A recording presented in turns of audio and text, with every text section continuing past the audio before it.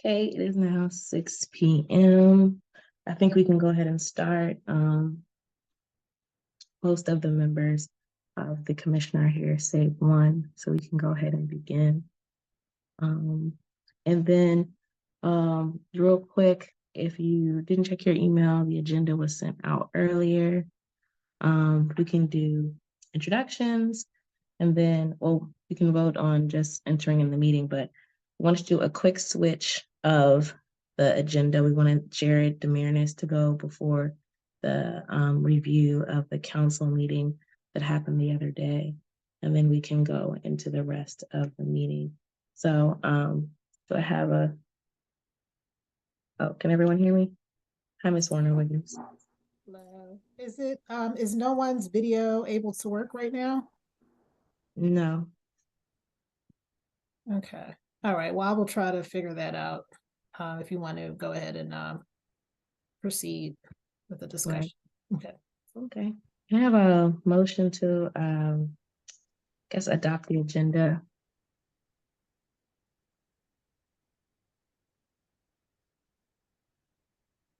Hi, this is Diane Williams. I move that we adopt the agenda November the 8th, 2023, Fair Election Fund Commission's agenda. Okay, do I have a second? And I think Sure, second, Dan. Okay. And I think we also, okay, all those in favor say aye, or just raise your hand. Aye. Okay. And again, I think we wanted to just change the order to let Jared go first and then move into Satitra's part about the Fair Elections Commission. I also want to make a point that I do believe we have a number of individuals participating in the meeting as observers. So I just want to make sure that everyone is aware of that.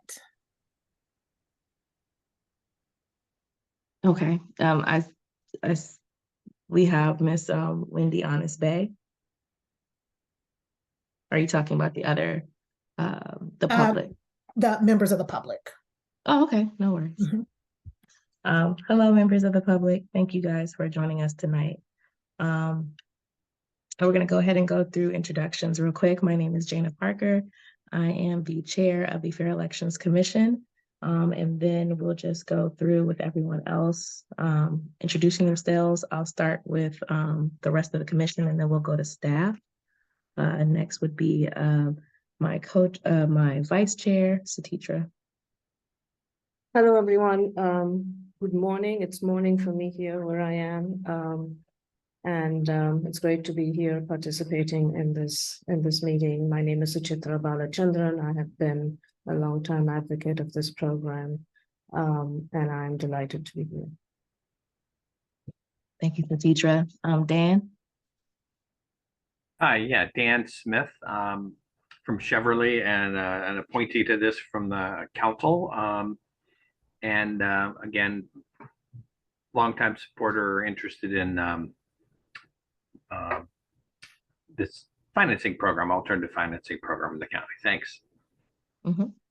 Mrs. Williams. Good evening. Excuse me. I'm Agnes Diane Williams, but I go by Diane. I'm happy to be here on the Fair Elections Funds Commission. Thank you. Thank you. Miss Nelson.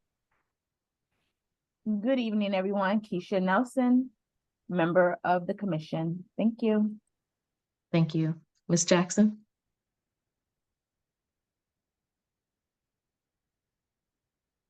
Hi, I'm Monica Jackson. I'm an appointee from the county executive, Angela Alsobrooks, and I'm excited about starting this new commission.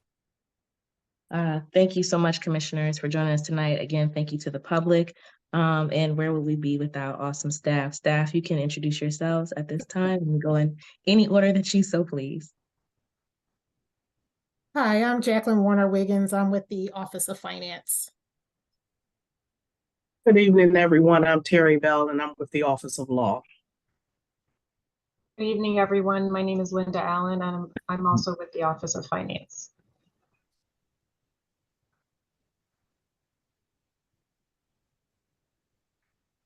Okay, and then we have a special guest observer who is also a panelist today. They will not be presenting, but if you could introduce yourself, please, Miss Honesty Bay. Good evening, everyone. I hope you all can hear me. My name is Wendy Honesty Bay. I am the acting elections administrator for Prince George's County Board of Elections. Thank you for joining us, Miss Honesty Bay, and thank you for joining us on short notice. And we look forward to having you at our next meeting so that you can give a little bit more insight to the Board of Elections and how they would implement this particular program. Again, we thank you so much for joining us on this short notice. Well, thank you for inviting me. And again, thank you to the public. Sorry that you can't see our faces, but we're working on that right now. Right now, we are going to have a presentation from Jared Demarinis, and I'm going to let Satitra do a brief intro and then go right into Mr. Demarinis's presentation. This is to give us more of an understanding holistically from a commission standpoint and a community standpoint about the fair elections law and legal perspective. Particularly about how it is in the state and then moving forward in the county level. So go ahead, Satitra. Thank you, Jana. I am very glad to introduce Mr. Jared Demarinis, who really doesn't need an introduction. He has been engaged in the in moving this legislation forward at many levels in the government, at the state and the county. At the state level, Mr. Demarinis was involved with helping to shepherd the enabling legislation, which allows counties to set up a small donor program. And this was in 2012. And I hope Mr. Demarinis can sort of walk us through the history of this and how it happened and what the motivation was behind all of this. And Mr. Demarinis was also an invitee by the county council on at least 2 separate occasions as our legislation was being discussed and enacted in 2017 and 2018. So without much ado, Mr. Demarinis is now the administrator of the state elections administrator. And so please, could you walk us through the program, tell us what the involvement is of the state, key points of what we should be thinking about here in this commission, and anything else that you would like to add. Sure. Welcome, Thank you, and thank you for such a warm introduction as well. I can't believe this. This is actually the day is here. I mean, I remember when this bill was passed in 2018 with the idea of the 2026 election, that it seemed so far away. So, but I'll give you a brief little history of how long this has been brewing to get to this point here. It actually goes back to 2011 when the General Assembly established a commission to study campaign finance laws, at which point it was almost 2 years in the making. But on December 31st, 2012, the commission issued its final report to the General Assembly. And in that final report, it recommended that the counties be authorized to establish their own public financing programs. In 2013, the General Assembly passed and the governor signed HB House Bill 499, which was the Campaign Reform Act of 2013. And that, officially gave county governments enabling legislation to implement public financing programs. In that law, it was basically Election Law Article 13-503. It allowed the county and the state to establish a public financing system for elected offices in the executive and legislative branches of the county government. And that program has to be administered by the chief financial officer of the county and subject to regulations and oversight by the State Board of Elections. Wendy, I'm going to tell you this, you're not going to have a lot of a role in this entire program here. So I know that you'll be breathing a sigh of relief now as I told you that. Well, I was interested and they asked me to join this morning and I'm like, yeah, absolutely. Because I'm, curious to know, I know this is a new you know, a new venture. So I was Exactly. eager But to you do have a small little role, but I'll tell you about that. But it's nothing that's outside of your normal processes. Yeah. So with it, so that's where the history of the program has occurred, and each county has, the ability to opt itself. Montgomery, of course, was first out of the with it, ready for it adopted it in 2014 and was for the 2018 election. Prince George's adopted the legislation in 2018 to be implemented until the 2026 election. So this will be your first, go inside the process here. Right. We collaborate. The state and the county government collaborates on how to administer and enforce the public financing program. So, as one of the things is, instead of all candidates have to file campaign finance entities, instead of filing as a candidate committee, a traditional candidate committee, they establish what is known as a public financing committee, which incorporates notice of intent for a candidate to file, so that they file that electronically with the state at the time of the establishment of the political committee, that they are now saying that they're intended to participate in the program and will abide by all its rules and regulations. The state then administers the program to the candidate to file its reports, as well as to upload all its receipts for contributions and expenditures. When a period of time when the candidate and the eligible Mr. Damaris, yes. you're kind of going in and out a little bit. Just wanted to let you know. Okay, sorry. Mm-hmm.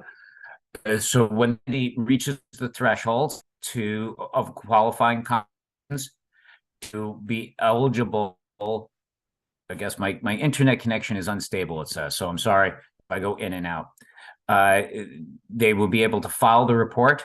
The state will review the report and then submit a letter over to the Department of Finance telling the county that they have qualified and that they were certified candidates in the program, and to disperse the funds from the fair election fund to those candidates. The candidate then can periodically, every 2 weeks, the first and third Tuesday of a month, depending on certain months, because there's normal reports that have to be filed in an election year, that they can seek more funds. At the end of the report, at the end of the cycle, monies are returned back to the county, and the state will work with the county in order to audit those reports with them. But it is the county's then responsibility to audit and make sure that the accounting is appropriate. What we do now is a couple of things. One, we help with the commission in drafting a summary guide, which we have done with so far in Montgomery County and Baltimore City. Available. These summary guides are basically twofold. One, it gives an overview of the program, what constitutes matching funds, what the I would say the rate of for matching is, when distributions can occur, qualifying periods, when receipts of submissions can be for the primary, for the general election, when you need to file your notice of intent and certificate of candidacy. That's all in there, as well as key things on how to establish a candidate committee with us, a public financing committee. We have step-by-step instructions on that with the website there, and graphics, so that people understand what they need to do. And The other more important part about this is how to file a report and linking contributions and expenditures to each individual transaction, and also coding the contributions correctly. All this activity here now is basically, we don't necessarily look at individual transactions. We pull it, it has to be coded correctly because of the time crunch between when a report is submitted for us to review and notify the candidate and to just, distribute the funds. We have also what constitutes an electronic signature, which is something that the county can adopt because this is their program. What we've always done for electronic signatures, because a lot of campaigns now just do credit the internet, is that it has to be something that the contributor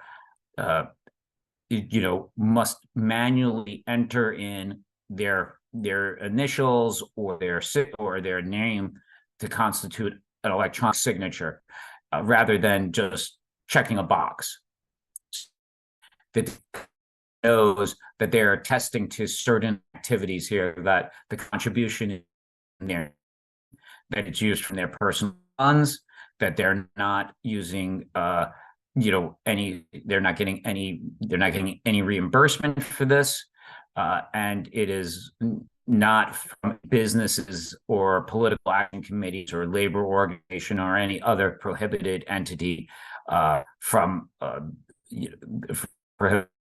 for this program here, and that they certify that a resident of, in this case, Prince George's County,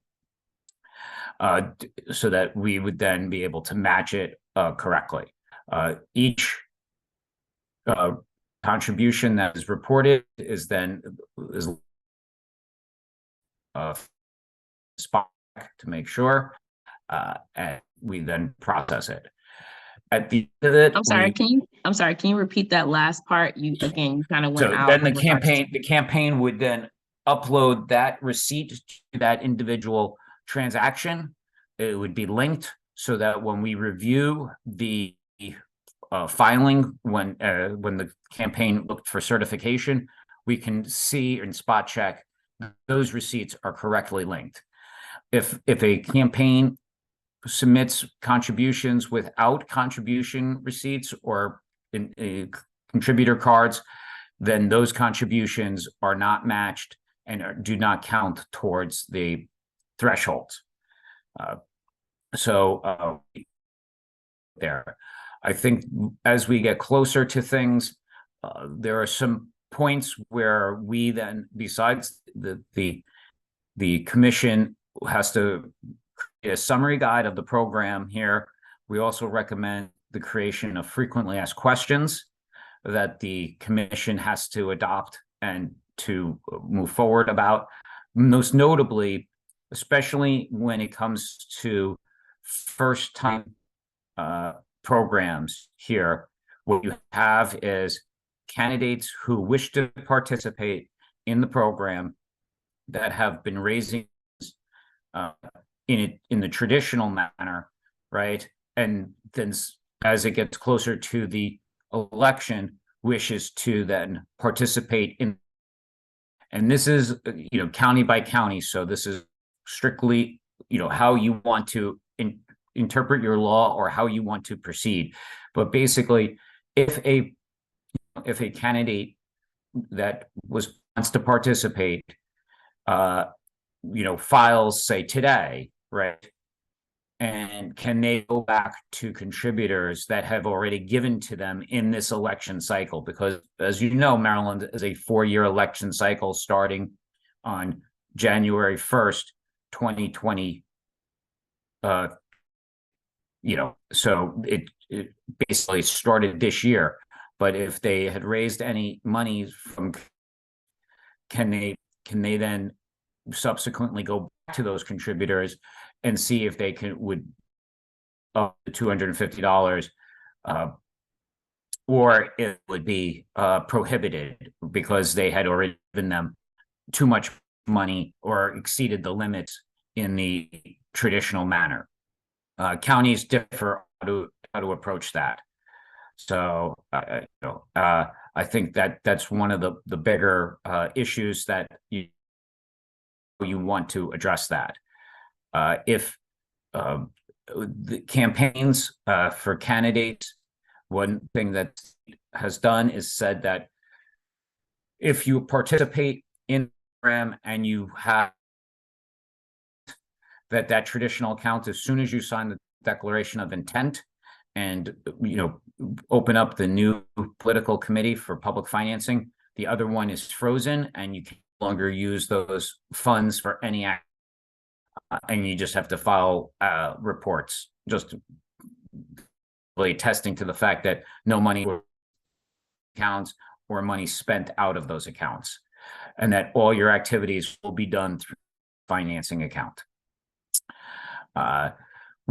Another thing that as a best practice was that as committees try to form, the Department of Finance notify them and establish them as vendors, so electronic payments can be done in a quick and timely manner. With it, they usually send out welcome kits to them saying, we need your EIN number, your bank account information, things that they would set up as a normal vendor for the committees. So that, when they get letters, they can send it and they don't need to write physical checks to them. I think that's, I would say, the bigger issue here for the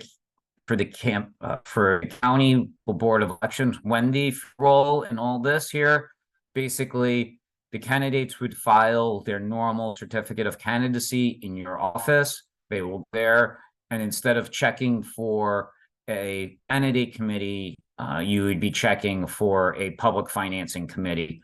But it's still in the same system for you to verify off of.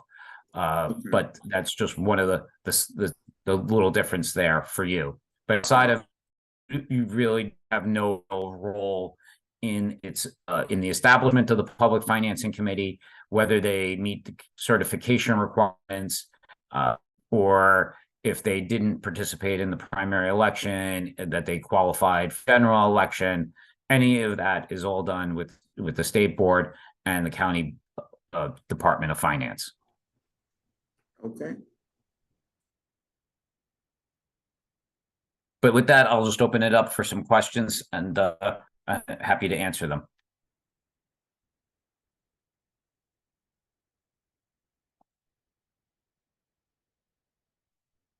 No, I know it's a teacher. Sorry, I would have had the video on earlier, so sorry. No worries. I know it's a teacher probably has a couple of questions, but I did want to answer a question that was written in the chat by a blessed lady. She said, are these public funds and what is the source of the funding?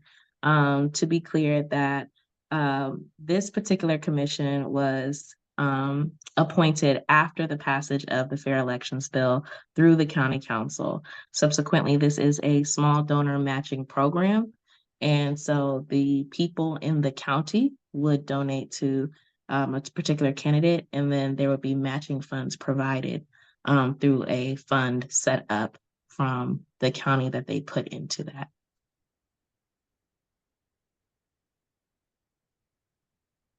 And so another question came up was, how do you verify different types of contributions, specifically cash, checks, or credit cards, in regards to filing donor receipts? That came up.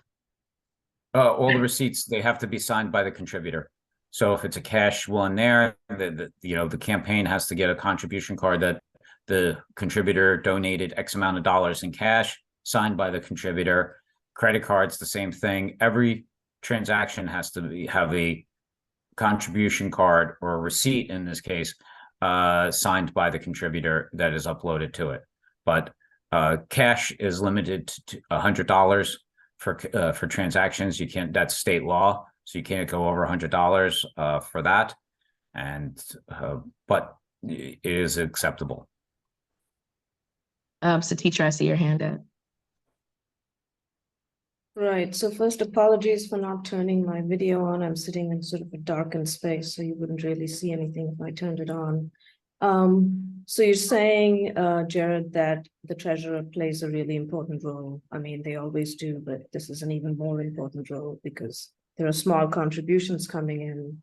And the philosophy behind the program is that we are trying to encourage folks who have not, who find themselves kind of disenfranchised by the current state of governance at various levels in the country, trying to get them back into the system, trying to get them encouraging them to both contribute and to engage and to further the cause of democracy. So in that context, I just wanted to make a note that Prince George's program stands out in giving a very large match to the smallest dollars. And so the first $25 are matched 7-1. So if a resident of the county contributes $25 to a publicly financed candidate, the candidate will find themselves getting $200 because the match will be $175. The other counties do not give such a large match, and ours is particularly skewed in this direction so as to encourage small contributions from very small people, or people who are seen as very small in our society. I wonder if you had any comments to that, and I had a couple of questions. Yes. So the point of the public financing programs is to basically, at this point here, I would say, allow more residents to run for office and reduce the influence of large contributions from businesses, political action groups, and other large corporations. So, it's more grassroots oriented.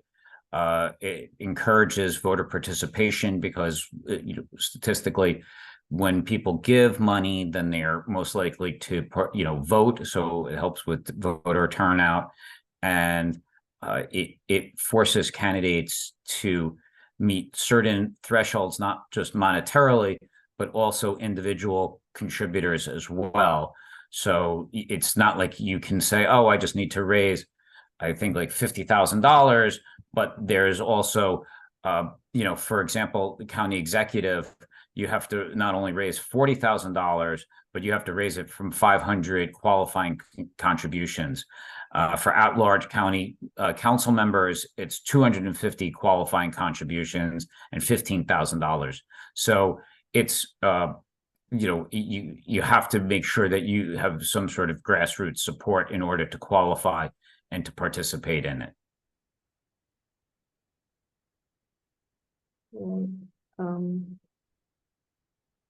I don't know if others have questions before. Yeah, I think Dan is in. Oh, I'm just following up a little bit on that. Does the state have any contribution system template or recommendations? Because it sounds like this is going to be a lot of work and effort to get these contributions, which is understandable, and that's part of the process. Could we come up with recommendations to help folks new to this to set up their own systems, or are there some off-the-shelf kinds of things that you can recommend and help us with? So everything is done through MD Chris. The candidate, so by state law, you have to file your campaign finance reports using the state system. This is where the state oversight comes in. So the program itself that's why you have to establish the campaign account, just like you file a regular campaign account with the state. It's the same sort of program. If they want to go out and use third-party software to upload transactions into the system there, that's on the third-party software to kind of adopt to our format and to make sure everything is uploaded into the system. But you use the current filing program in order to file your reports, which is why that information is in the summary guide, how to code things correctly, how to upload and link transactions, and with each individual entry. So, but the follow-up there would be, so in terms of, so I understand in terms of uploading like a campaign, uploading and communicating with your office, but does that include the part in which they're actually getting the donation and putting it into to their bank account, or yeah? That's on the campaigns, how they do that. I mean, so each individual, we just supply the filing program to them to make sure that it's, you know, how to report it and how to move forward. But most campaigns, just like a regular campaign, it's a bank account. The one thing that we do help though with is the language on contribution cards and what is acceptable. In the past, campaigns have come to us and we have looked at receipts prior to submission and given them, this is where we give them over to the commission and they basically review it, or the Department of Finance for compliance purposes, because that's a county rule, not a state law. For example, like another like enforcement issue would be whether or not, what if a candidate does not participate in one civic debate? Because that's a requirement for this program here. Does that then, void out their in the program? So that would be something where we would work with the county, or the county would take the lead on, because that's specifically for the program, not state law. So I was wondering if you followed the CB 76, which was just passed yesterday, and can speak to differences between the two bills, or if you haven't had time to do that yet. I have not had a chance to read the two. Okay, all right. So just getting back to Dan's point, I think candidates, and you can tell me if this is how you see it too, Jared. Candidates run very different campaigns when they run publicly financed versus traditional, in the sense that you want to take your message to the most people, and the money flows in without your having to concentrate on raising money separately from getting your message across to people, which is how it is traditionally done now. Because I'm reminded of, I shared the briefing videos through a folder with all of you on the commission. It's worth listening and watching what people who testified before the council, and these are not just, residents of the county, but these are people who work on such projects. They testified before the council. And I remember one of them, who was a candidate, saying that she launched her campaign at the Langley Park Farmers Market. And she spoke to people who come with food stamps to buy food. And they had never seen themselves as donors to anything. And when they realized that a candidate to the council was coming to speak to them about her message and her campaign and what she wants to do when she gets into office, they were inspired. And when they knew that their $5 would be matched, I think she spoke from Montgomery County, her $5 would become $25 to the campaign. They were tremendously excited. And people who engage in this fashion in campaigns then go and talk to their neighbors. You can go and speak to community groups where you may not have ever gone to before. And it just changes the face of how campaigns are run, and in some sense, who gets into office. I think that's a very good, yeah. I think it's a very good point. I just want to make sure that we're asking all the technical questions. I know, Sateetra, you may have had more, but I wanted to just check against my notes in regards to two of the things that you said that the state does is help with the writing of the summary guide with the commissions, as well as the frequently asked questions.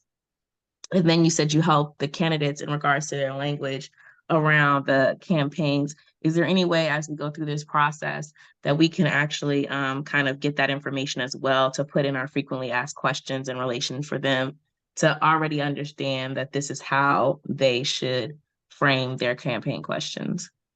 Sure. I mean, it's available on our website. If you go to that on the county page there, you know, we post. Let me see if I, you know, okay. If you go to the campaign finance tab on the State Board of Elections website, there's another little section called County Public Finance Programs, and we usually post the law. We have 2 videos there for how to help candidates how to file reports, and you have now 3 different examples of what a summary guide looks like. It's basically the same format. We give it to you as a Word document, and you kind of put in.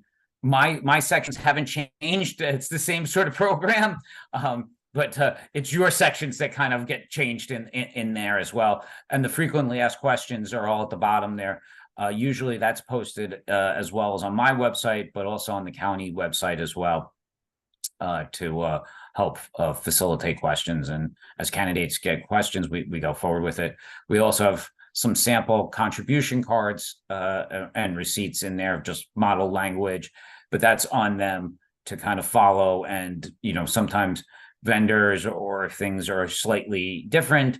And so they can check out, they can verify with us to see if it meets all the requirements of the program. Okay. I think Dan is the teacher again. Yeah, I think, so a question on the, a finance question or a budgeting question. So we are, you know, we're charged with making a recommendation to the budget offices in the county on the amount that we think is a adequate amount that should be in the fund for this. Sort of 2 questions on this, and one is, are you aware, do we also need to make a recommendation about the administrative part? So, you know, I think Minnie has been focusing on what is the fund amount that we believe, and this is one thing we would like, you know, some assistance or guidance or feedback on from the other counties and from your office. But do we also need to make the recommendation for staffing? Or I presume that the Office of Finance here would sort of take the lead in doing that, but I just wonder if how that's working in the other counties, because I understand there's, you know, there's an amount that the county has to budget for the administration by your office. Yes. So I'll take the latter and the former.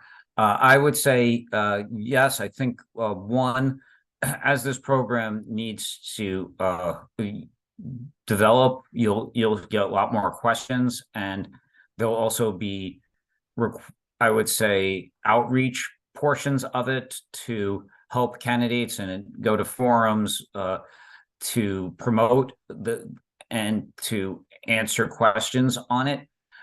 That would be where I think an additional staff member is necessary for this to continue. For example, I think Montgomery County had hired a contractual person for you know, a 2-year period, you know, starting, it'd be, you know, for the election, just so that they can answer any and all questions that relate to it, press questions, and attend forums for candidates to just kind of go over the basic requirements of what is needed for the office. That's something that I agree with and need. And, you know, with the Department of Finance there, usually there's always a point person that we work with on that to administer the funds. And then they usually have a second person that would also help audit the account afterwards when we give them all the records for them to review. The first part of your question, which was making a recommendation for the office, one of the bigger things is what, you know, it says, you know, it's, for example, county exec is $750,000 for the primary, including the primary or a general election. Montgomery has determined that language means it's $750,000. It would be $750,000 for the primary, $750,000 for the general. Howard has said that it means both, so that was the maximum the person can give. So that's just something that would need to be clarified. The program has the participation rate for the first time around, I would say, differs based upon a lot of factors on the ground. Montgomery had its first year in existence, had over 40 candidates apply for the program, of which half were certified. It does take a while to get certified. So they budgeted originally $11 million for it. And I think we only spent in the first one there under, I'm going to say 7 million of that there. Howard, in its first iteration, had 7, candidates, I believe, file a declaration of intent, of which 5 qualified for the program. And it was, I would say something in the lines of, $2 to $3 million that was spent. I would say one of the bigger things was facing, how many open seats you see. The lack of incumbency is a factor, because more candidates will try to participate when it's an open seat rather than versus an incumbent. And so I think that kind of weighs into it. But overall, I think you're looking at, if you budget in the $5 million to $6 million range, you would be well suited, and you have even less of a match than Montgomery at this point here. But that's kind of where, initially where I kind of see it. It'd probably be even lower at that point. Okay, thank you. As a teacher. Yeah, so just to follow up, and I think we should have, happy to have other people weigh in on this. So you're saying, since we're already a year into the cycle, and there is only a small amount, I think there's $500,000 in the budget right now that we should be working on determining based on what other counties have done and how candidates have reacted. You're saying you're not expecting much difference here from other counties, and we should take that into consideration when we figure out what our recommendation should be to the it's definitely, I think that it's important to have this recommendation. You're more the experts on, what offices are up in the county, and also the more of, like I said, the more open seats there are, usually there's greater participation in it, versus when you have an incumbent filing for office on that. So that was one of the biggest determinants, I would say, factors in Montgomery County and in Howard. I also appreciate the point you made that there is actually a fairly high hurdle you have to jump over to get qualified. And if people think they can just come in and there's public matching funds and they'll run for office, it's not that simple, because the campaign you have to run is very people and community oriented, and they have to support you. If they don't support you, I mean, it's almost like an election at that point. Are you successful with your message in getting the small donations that you need, that will enable you to get contributions, right? And so, I mean, for a lot of new candidates, it may not be that simple, but on the other hand, it may be that you already have a great deal of community support, and what you lack is the large donations that come in traditional elections. And I'm once again kind of reminded of the first bill sponsor, Mary Lehman, who many years ago, again in one of the briefings, laid out that she raised $40,000 when she first ran, of which 20,000 was a loan to herself, right? So it's very difficult, I think, to raise for normal, community-oriented candidates to raise the money that they need to run for elections. And so this is I think it will take us all some time to wrap our heads around this and say, you know, how is this beneficial, and, you know, where does it go? So appreciate very much Dan's questions. Anything else you have, Dan, along these lines? That we need to get information about. Yeah, well, maybe anybody else has questions. I'll I think, let them go. I think Ms. Williams had a question. Yes.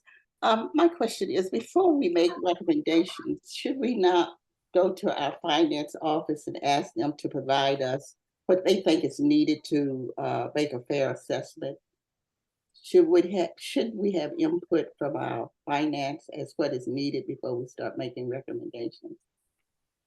Well, actually, sorry, ma'am, I'm going to interject for a minute. My name's Leroy Maddox. I'm the legislative officer for the county council on these issues. Now, under section 10.331, Office of Finance does provide staff support to the commission to work with the State Board of Elections to administer the system and to provide information about the system to candidates and the public. So that's already within the requirements of the already existing law, which is CB 99 of 2018. Attorney Maddox, I think Ms. Williams, if you would allow me to, I think what Ms. Williams is trying to get to is that she's saying before we submit a recommendation, we should get some sort of briefing or numbers from the Office of Finance. I think she's trying to get that hard answer from Mr. Damaris, while also understanding what you're saying, that the support is already written in the bill. So if we ask them, they should be able to give it as well. Am I hearing you both correctly? Exactly. All I was doing was just clarifying the parameters, and it seems that trying to get this information from the Office of Finance should be within the parameters of the law. And but I did have a question. I guess it was Mr. Smith.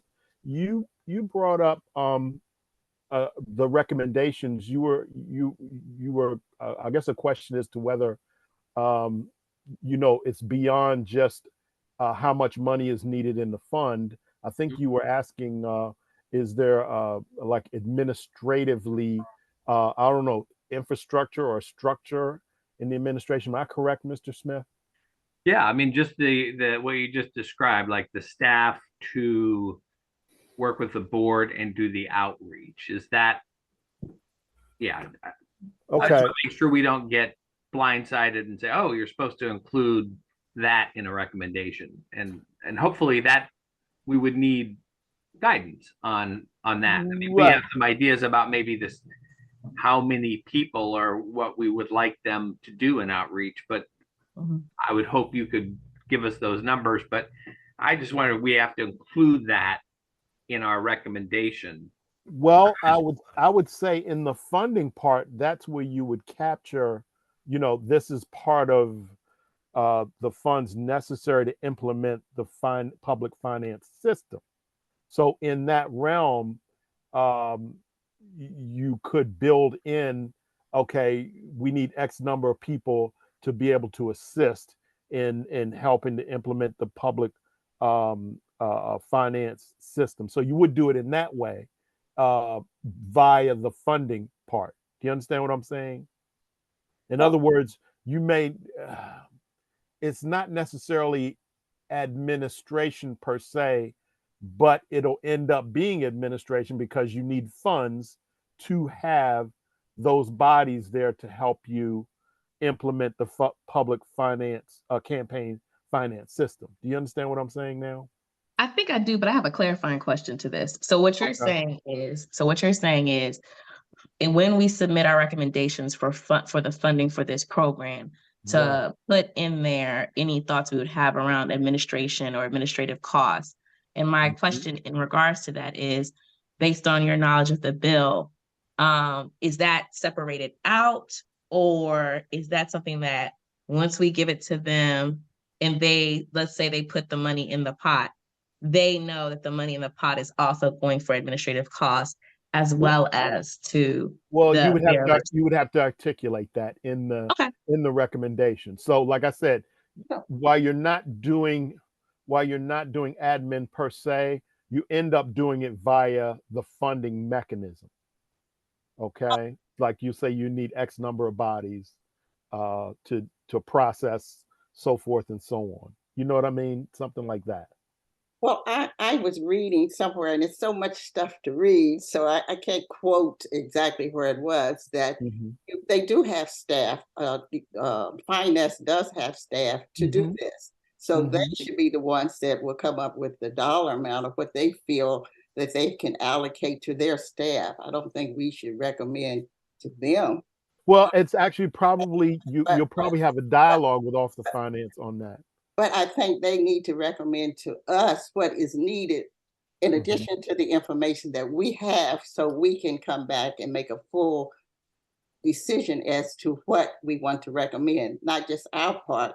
Finance is kind of the driven vehicle of this, so they would need to provide us a lot of information so we can include it in the information that we have to make recommendations. So that's why I'm asking that, that's why I was asking the gentleman that should not finance be involved in providing us what we need to assist us in making recommendations for the funds? They should. So that's not a problem. And that loops into what my question was. So yes. Okay. Does anyone have any, so teacher, I see your hand up. Thank you, Mrs. Williams. Do we have any other questions for Mr. Damaris? I want to make sure that we let him get through that as well as move on to the rest of our agenda. Yeah, I wanted to guess his comment on this in the context of what other counties have done. Have they worried about staff financing? Has the Fair Elections Commission worried about staff financing? Or, you know, because the Fair Elections Fund, to my understanding, is what the commission recommends the county put into the budget for the candidates and not to run the program. Is that correct? Well, I think that there's two parts to that. And I think Mr. Maddox talked about the fact that it was in the law. So I won't answer the second part because that's a legal question about the law there. But the two counties so far have that have implemented it. Montgomery had no issues, getting an individual for outreach on that. And Howard, I think, just made it as a part of a person's, they used additional staff for outreach programs if they came up on that. So I think, that's, where that lied there. Thank you. And I also wanted to say that Ms. Wiggins is the one organizing this call, and she's from the Department of Finance. And also to point out the Department of Finance, the Office of Audits and Investigations in 2018 issued a fiscal analysis of the program in which they looked and said, what would it cost if there were 2 candidates per seat?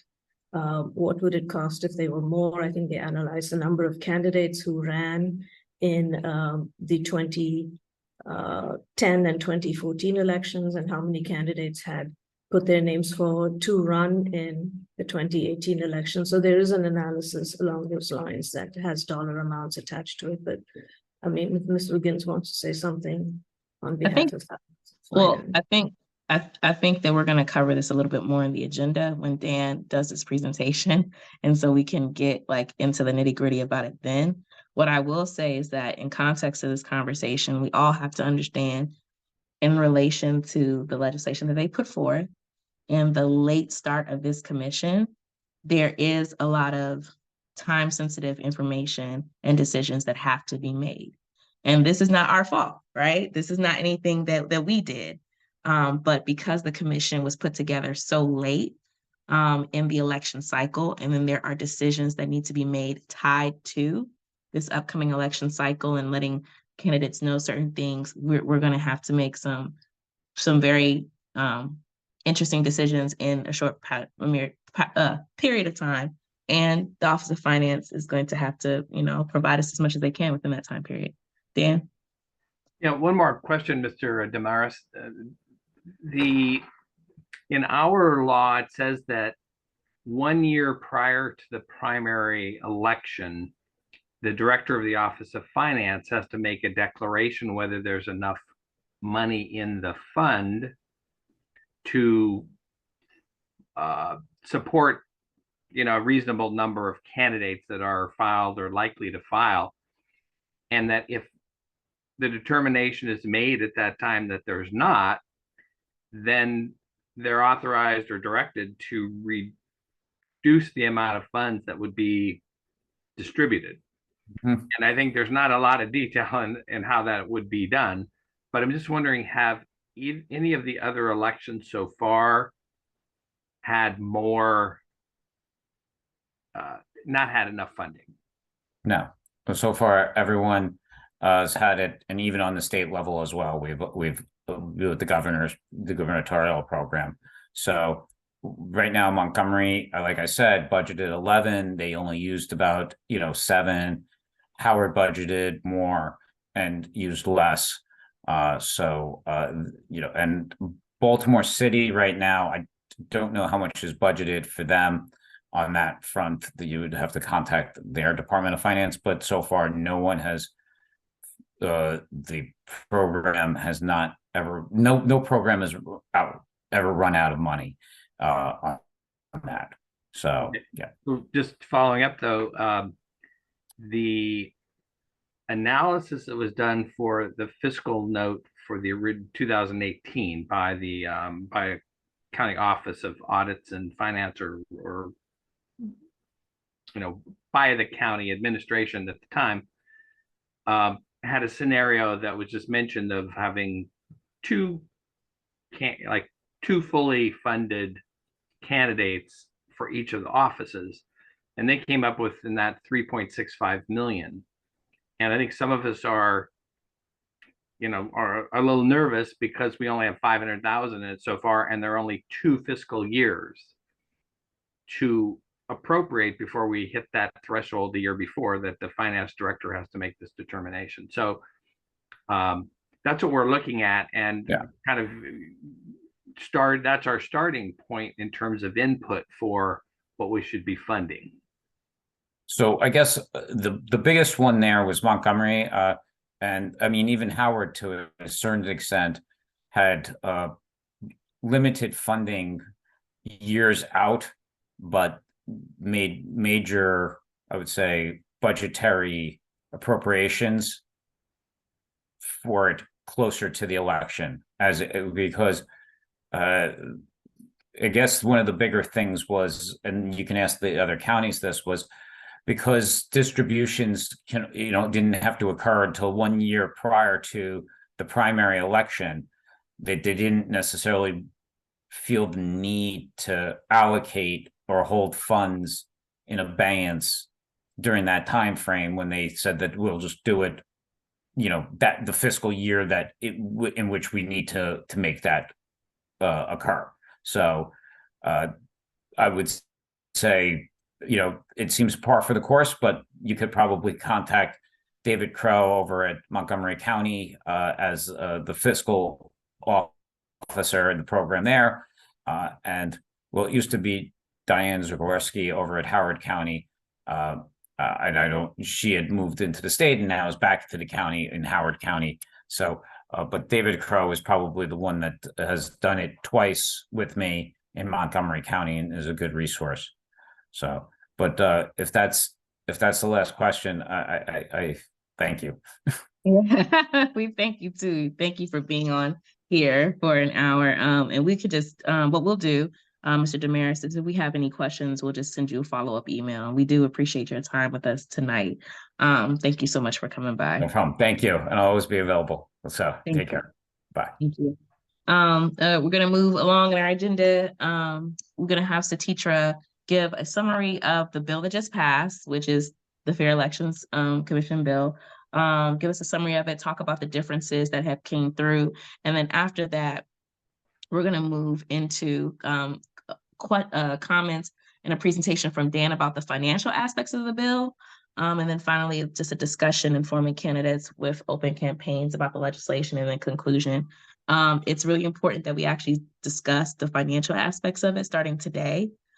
because we need to have a large discussion and kind of come up with some recommendations, to be honest, in the December meeting. And we can have more conversations via email and things of that nature. The reason being is that essentially this budget cycle starts for Prince George's County in the January time period. And we want to make sure we have recommendations for them as they, look to the budget. So I'm going to let Satitra go, and then we'll go into Dan. And I thank everyone for remaining on the call. Yeah, thanks. I'll keep this really brief, and then I will put a short PowerPoint that I have on into the folder so people can read it. There's just a couple of changes that I want to highlight, and I'll just say that. The first is that the original bill restricted any contribution that the candidate could make to their own fund to $6,000 from the candidate as a contribution, not as a loan, as a contribution, in case you want to jumpstart your program, the money you need for initial expenses to do the outreach or set up a website, et cetera, whatever you can think of that candidates would do. It restricted it to a $6,000 contribution from the candidate to their own fund, and this has increased it to $6,000 either as a contribution or as a loan from the candidate and spouse to their campaigns.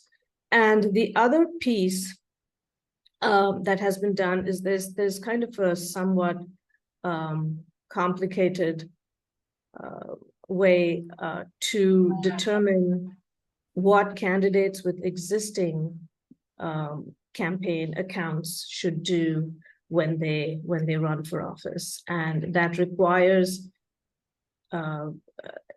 and I think it's sort of trying to close the loop of how people may spend monies initially and then declare they're running publicly financed, and so it has some restrictions on that. So I'll put that into the PowerPoint, and then we can chat about it probably the next time if we want to. That the CB 76 passed yesterday with 9 votes in favor and 1 abstention. So that is the current law. So let me just stop at that point, and then we can move on to how much time do we have, Jan?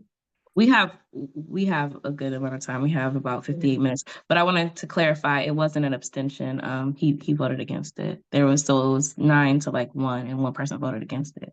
Oh, I see. Okay. I was told it was an abstention. I didn't listen to it. So thank you. And I encourage those on the call as well as the community members and the commission members to go back and kind of watch that video. It happened yesterday, to just kind of see the discussion and understand where our council members are on the issue, as that we are going to present to them at some point. Before we continue, does anyone have any questions around the bill that just passed, or any discussion points for anything like that?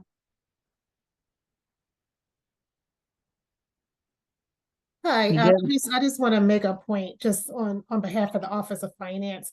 I want to make it clear that unfortunately we have very limited capacity to do things such as reporting, especially with the fast turnaround time. I just want to kind of mitigate expectations around that.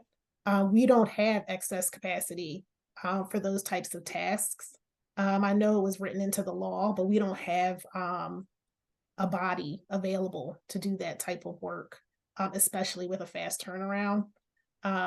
So I'm just putting that out there again to mitigate expectations around the amount of support we can provide, especially this time of year. As it's mentioned, this is our heavy audit season, our heavy budget season. And so it would be very difficult for us, especially between now and January, to put together any kind of substantial reporting that may be needed. So to the extent that there's information publicly available to the council or to the commission, we would ask that you make use of that information. We understand that there are certain tasks and information that would only be readily available to an employee of Prince George's County, and we're happy to provide support in that capacity. But I just want to make sure that that's clear before too much is tasked to the office. Okay. So in that capacity, so teacher, I see your hand up, and I feel like you have a question related to this, but I kind of wanted to just get clarification based on what Ms. Williams asked earlier. I know that from what I heard, it's just wanting to make sure that we're doing our due diligence and getting the information from the Office of Finance in order to ensure that our recommendations are, best suited for what we're going to give. Because what we would hate to do is, our own math and homework, which we're very confident in since we've been following this bill since forever, right? We'd hate to do our own math and homework, and then the Office of Finance come back and say, oh, well, in actuality, that's not something that we can do or we can allocate or we can support. And I think to the context of the question that was brought up earlier, it's basically saying like, okay, well, and not in let me, because I don't want it to come off a certain way. Like, what can you do? Because at the end of the day, oh, go ahead, Mrs. Williams. I think you wanted to. I think, yeah. But the mere fact that that information that you provided in 2018, which is asking. That didn't come from the Office of Finance. It came from the Office of Audits and Investigation. So they were tasked with coming up with the number. And so this didn't come from the Office of Finance. And so because it didn't come from them, but they are the people that they are the office that is helping us, they're basically articulating like, hey, that didn't come from us. We're not going to take, credit for that. But it did come from a Prince George's County Office of Audits and Investigation. We will be utilizing that as we go into the discussion. But to Mrs. Williams' point, like, But since your staff, can you get that information for us? Since it was 2018 and now it's going to be 2023, we want to make sure when we make the recommendation that we have the proper documentation that we're looking at to make a sound and accurate recommendation. You shouldn't be making a recommendation really, to me, on something in 2018 or something that Finance have not provided us or anything that you need to provide us, so will assist us in making the recommendation on the funds. Because the funds are coming from your... Actually, they're not. So I guess I want to make that clear as well. The funding would come from the Office of Management and Budget. So Finance does not provide funding. Okay. So perhaps that might be an entity we may want to involve in discussions, because that's the office that makes appropriations. Office of Finance, what we would do, the biggest part of our role would be making those disbursements to the candidates. Okay, whoever that collaborates with the Fair Election Funds Commission should come through your office, because you are the head of us. So, no, I think Ms. Williams, I think not head, but providing the information for us to review. Well, can I interject one more time? Sure. Audits and investigations comes under the legislative branch. Okay. And we also have policy and budget section that's an offshoot of that, which is under the legislature, and they go into fiscal impacts and things of that nature. And I think like you got the information of 2018 from Audits and Investigations. Audits and Investigations is still there, and I'm pretty sure that if you would need their assistance, the clerk of, or not the clerk of the council, but the council administrator would make them available. So that's not going to be a problem. So I think I also want to clarify this point. So the Office of Finance has been assigned to us from an administrative capacity, but in reality, they only do disbursements.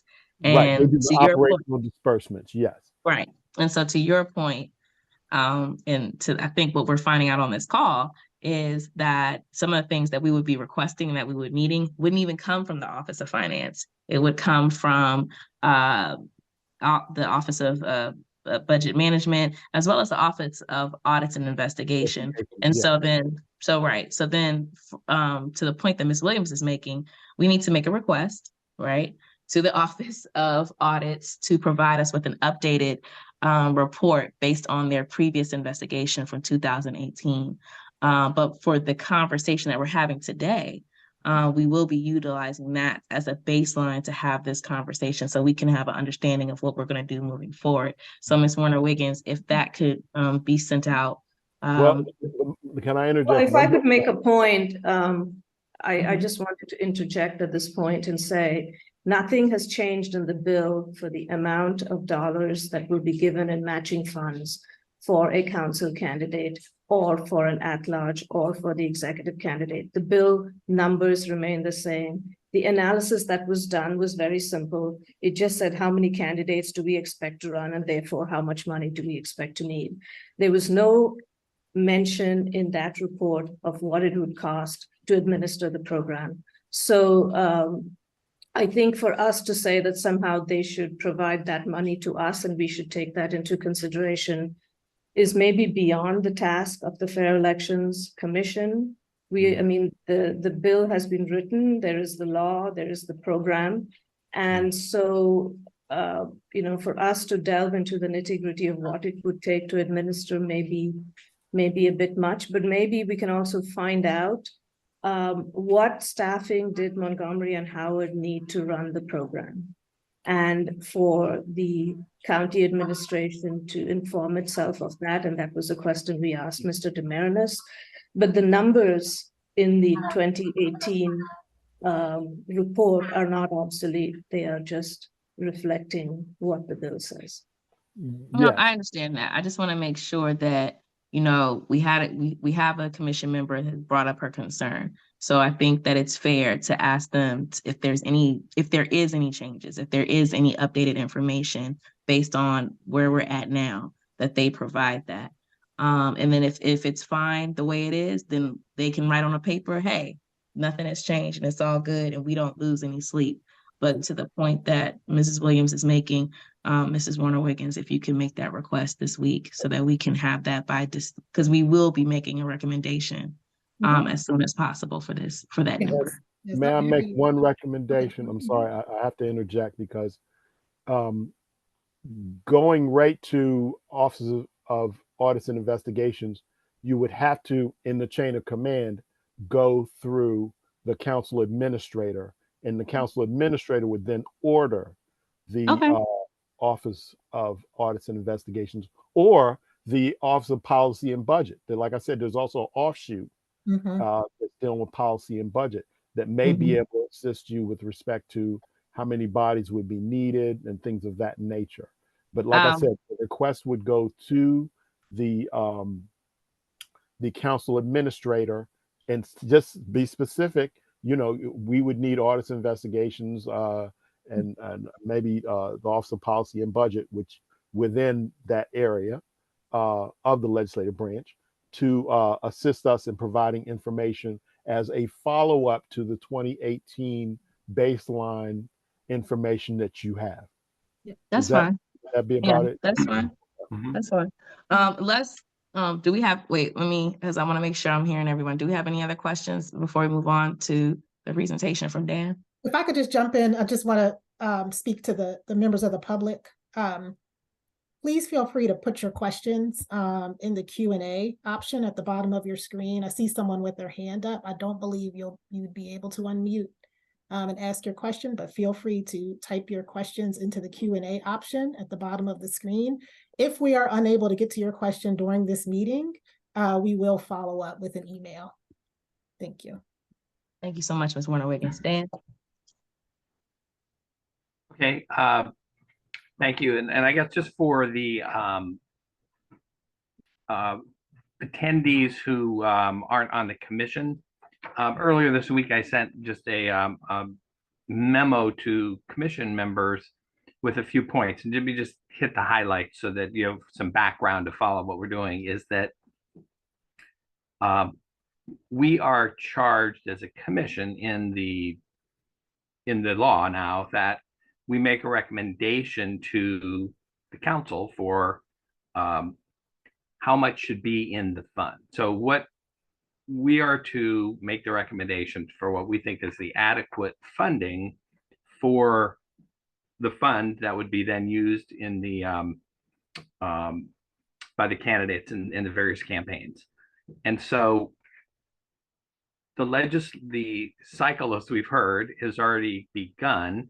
And actually it would be great for us to get feedback from the Office of Finance, but then also, I guess, glad to hear from Mr. Maddox about the policy and budget division within the legislative branch, because that's probably, the other arm that we'll be back and forth with a little bit.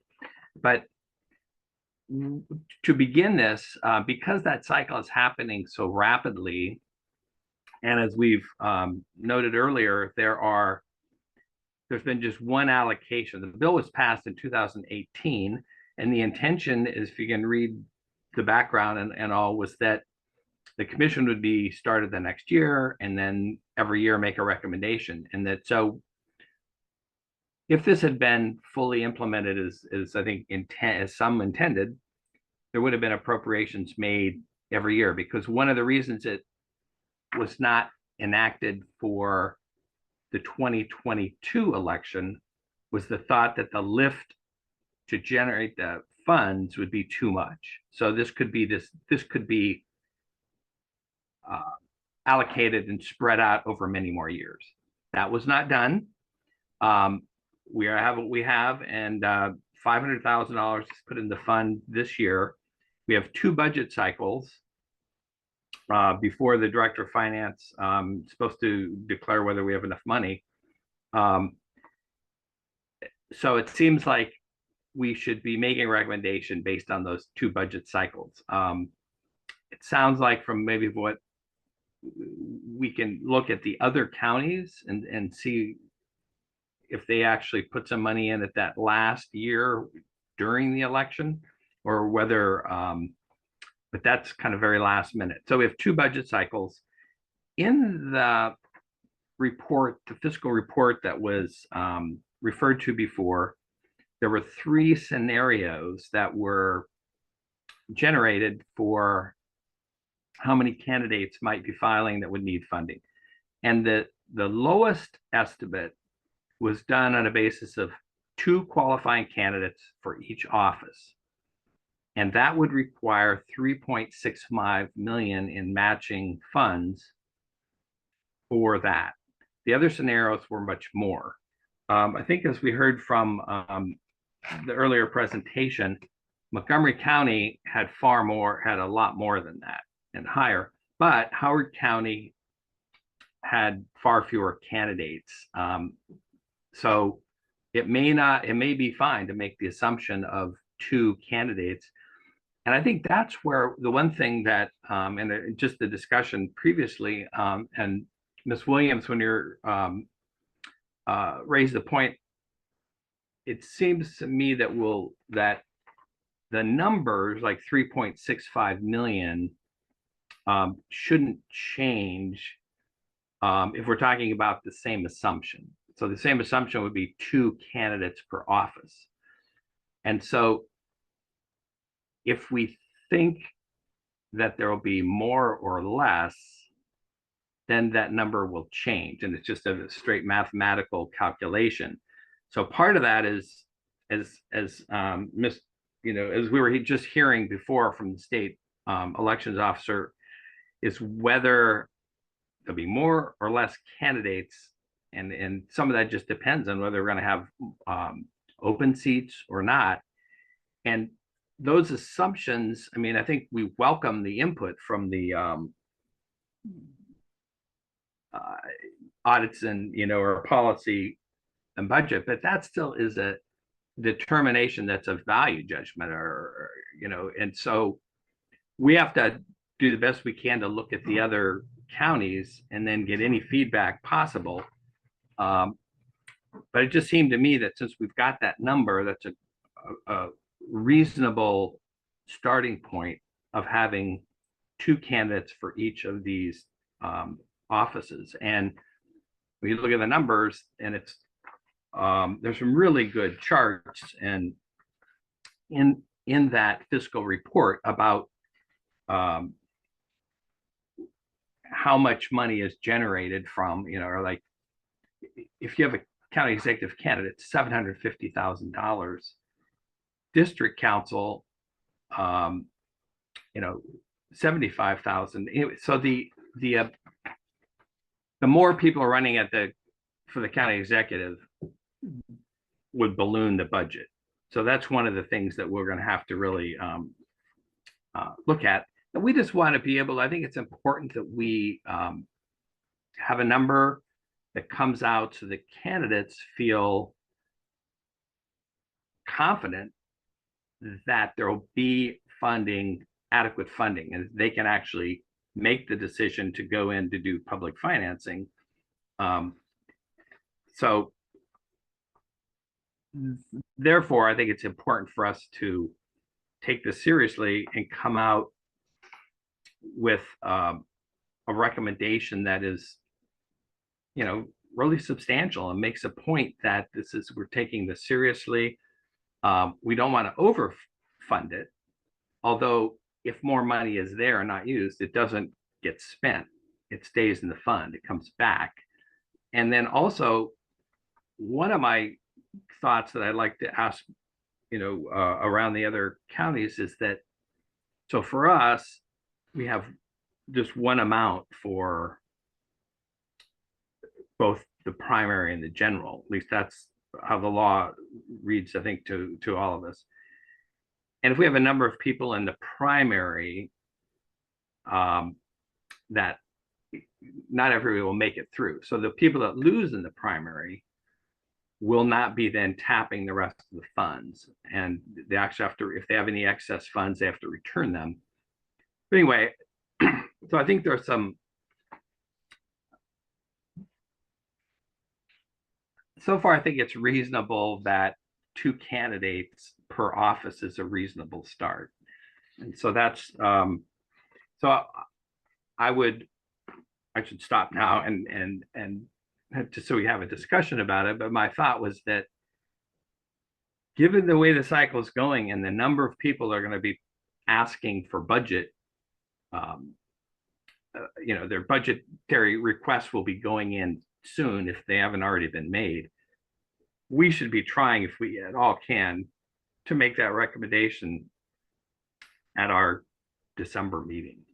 That would be, I think, I know it's going to be a challenge, but I'm not sure what other information we would get for the fund. And then I'm wondering if it would be okay, we'll get feedback on staffing, but could we just maybe make the request that for the fund, for the amount that be allocated for the campaigns, plus staffing? And then if we could articulate the staffing as maybe like, whether it's, you know, full-time equivalent or part-time, and we get guidance, I think we already got some from the state, like person that would work with the state from the Office of Finance, and then a person or contractor or part-time person that would be doing information and outreach. Because that is in the bill, I believe. The bill does state that Office of Finance, if I'm correct, staffs for liaison with the Board of Elections in the state, but also for doing information and outreach. You're correct. I appreciate your scenario of A, but it's unknown. It's 2, you know, as you know, it's more people running for the county executive position, more than 2. And so I don't see where that would hold us up in December by asking them to, if it's the same of 2018, that's fine. They can just write us and send us. I don't see that's a problem. But I just don't like the fact that 2018 and now it's 2023, something may change. It may be 3, it may be 4. We don't know. And so since that office is there and they provided that information, I'm just saying that we should have it documentation for our files to help us assist in making recommendations with your recommendations and any other recommendations that we may have.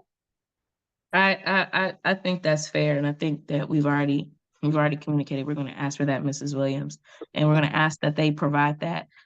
prior to our December meeting, because to be quite frank, they're based on what Dan as the teacher are saying and what we know the bill to be, there really shouldn't be too much change, but we also want to acknowledge, what you're saying, like, let's get something on paper that says, hey, these are our 2023 projections on this. So I understand you, I hear you, and I think that that's fine. I also want to just, really reinforce that because, and again, this is not any fault of our own, but because we are behind the 8 ball in decisions that have to be made, even from the standpoint of the fiscal recommendations, particularly with this budget cycle coming up, we're going to have to make sure, that we're all, and thank you so much, Mrs. Williams, for your feedback and input. We all need to make sure that we are aware of the bill, because when we come to the December meeting, it's going to be like a recommendations discussion, so that we can submit that to the county council and in regards to our own charge. So I just wanted to make sure that was clear. And I do hear what you're saying, Ms. Williams, and that request will be made this week so that we can get that before December. Yes, ma'am. I also just wanted to highlight that, we can always ask for more and have our recommendations based on, because when I looked at the report that we're referencing, they had three different scenarios. And I think the one that we're asking for is like the middle, the just right Papa Bear one, or what, you're shaking your head, Dan. Oh, well, this is the least. The least, yeah, the least. I'm and they sorry, had the two least one. much higher ones. Right. I'm sorry, the least one. And so I just want to give context to the fact that we're asking for the least, and with the understanding that they don't have to accept our recommendation. They could say, hey, we're going to give less than the least. Or they could say, you know what? Democracy, and give more. I don't know. But that's definitely their decisions. We just want to make sure that our recommendations, to your point, Mrs. Williams, are aligned with the most clear and up-to-date information as possible. And I want to honor what Dan as a teacher is saying just about what the bill reflects as it stands right now. Go ahead, as a teacher. Sorry, I just wanted to reiterate what you said, Jana, and that the other two scenarios in the report are also sort of guesswork, because you don't know how many candidates are going to run until they file and they run, and you don't know how many of those who run are going to be successful and qualify for a match. So these are all unknowns, and the only place we can get information is from what happened in other counties. Otherwise, it's, no office can actually give us that information. The good thing is that any money that is not used goes back into the public coffers. So it's not as if money is being spent, it's just that money is being put aside. And then it depends on what kind of a outreach we, the citizens of Prince George's, have to inform candidates of this. And I think the reason for two is because if you have one person who files publicly financed and you have a second person who comes up and you tell them, well, we don't have money for you, we only have money for one person, it sort of undermines the process, right? And so, and two per district, just because you want to be fair across each district, you want to be fair across each race. I think that's all the calculation that went into it when that original report was done. The largest number in that report assumes that everybody who has filed to run is going to run publicly financed, so it's like just ballparking the two ends. That's all that the report has done. It wasn't anything more than that. So I expect that's all we will get at this point, and we might want to dig into what happened in Montgomery County. And as Mr. Damaris was saying, 9 million or something along those lines, he said, was budgeted in Montgomery County, but only 4 or 5 was used, right? Because they overestimated how many people will run, how many people will qualify. So all those things we won't know until we run one cycle through this election. And it's also important, so teacher, I think something else you brought up, it's also important to note, okay, so this calculation is based on 2 people running that will utilize public financing, right? And so we have people who run for office and they will not even, they're not going to touch public financing. So I just want to make sure that that caveat is kind of brought to the forefront, because I also don't want us to be operating from the perspective of, like, I know the last election cycle, we had 4 people, including the incumbent, running for county executive, right? And, it might be the thought process that everybody who's running for a seat is going to use public financing, and that's really not the case. Everyone who's running for a seat will not use public financing, but there are people who would want to run, and we want to make sure that when we are sending our recommendations, the thought is around ensuring that those who would like to run that would utilize public financing would have those finances available. Dan, I saw you come off mute. I could, yeah, and so I think one of the things is just having an understanding the commission about the fund, and it's not going to be easy for people to qualify, and so it really is going to require a commitment to be able to get to this point. And so I think, and let me just give you an example.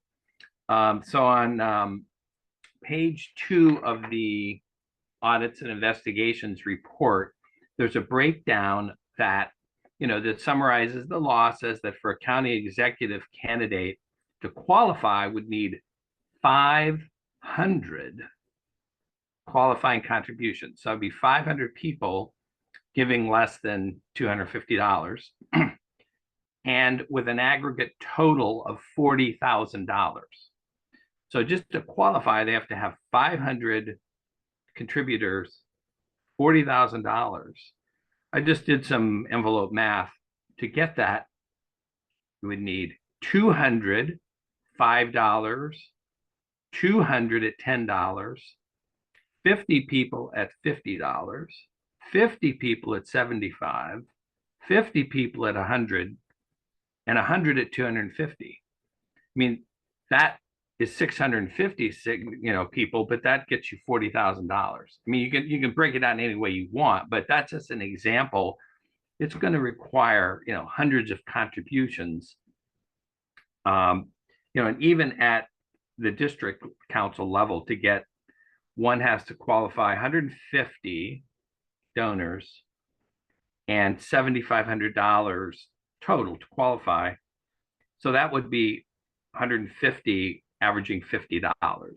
So anyway, it's gonna take an effort, and I think with all that's going to go into this, we want to ensure that there's adequate funding so the program works, and that we don't get to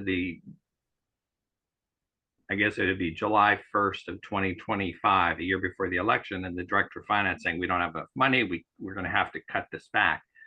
I think that would be, I would think that would be a disaster, and that I just think that would be, because you'd have candidates that have already declared and they're counting on that, and races would change. Anyway, I just think that would be a real stain on the reputation of the county that we want to avoid. So we want to have a good number. We want to do a good job of presenting it, in the best way we can. And anyway, I'm excited about it. I just think it is going to be, the dollars are going to be a challenge. And well, doesn't finance control the dollar amount? If they don't. Finance. When you say the dollar amount, I'm sorry. If you're referring to the amount that's in the fund, is that what you mean? I said he was afraid that if we get our recommendation and then finance comes back and says it's less than. Oh, that's based on, okay, so we give our recommendation, Mrs. Williams, and then the county or the county executive decides if they're going to fund it all the way to our recommendation. If they do not by a certain time, that's when the Office of Finance says, hey, we ran the numbers, and, based on the recommendation that was given, we don't have enough or based on how many people have signed up to use public financing, we don't have enough. So that's really, it's under the Office of Finance in context too, if the recommendations that we submit based on the numbers that we give are not followed, and when people sign up, it's, you know, aligned with the numbers that we gave, whether or not there's the funding. So we could give the numbers for 3.6 million. I'm just giving that number. We can give the number for 3.6 million for 2 people in each race. And it's not funded on the county side. And then when the race comes up and there are 3 people for each race or 1 person for each race, it's in Office of Finance runs the numbers and says, look, we don't have the money. Yeah, but I thought finance, and maybe I'm wrong, had a non-lapping fund where funds were sitting there. And so that's why I'm a little bit confused as to they would know how much fund that they would have available. That's why I said, why can't we get their input so we won't be giving incorrect recommendations. That's why I was thinking that we need their recommendations as to what they have in their budget or non-lacking budget, or what do they have financially that would substantiate us giving a fair estimate.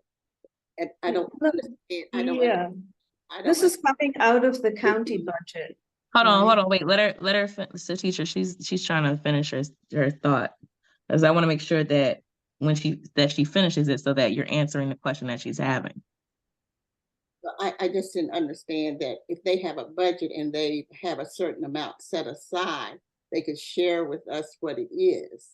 And that's why I asked, could they give us input of what they think is fair and reasonable in this situation for the Fair Election Fund Commission? Yes, ma'am.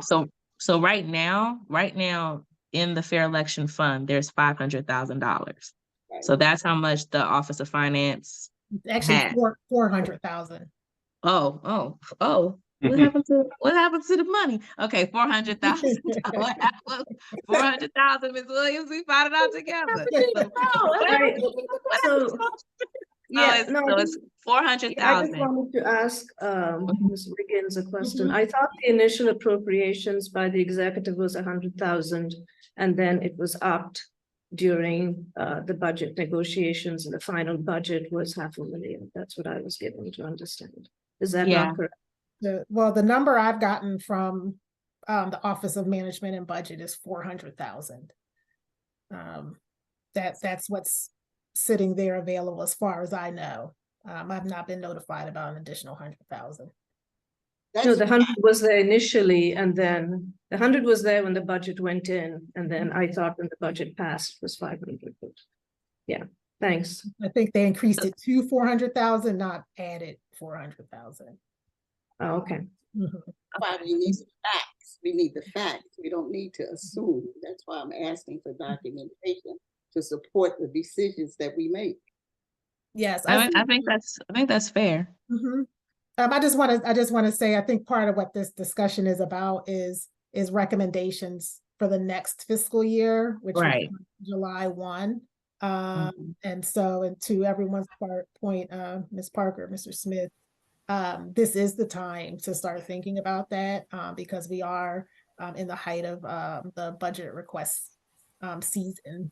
And so what we are considering now are appropriations for the FY25 year, which starts July 1.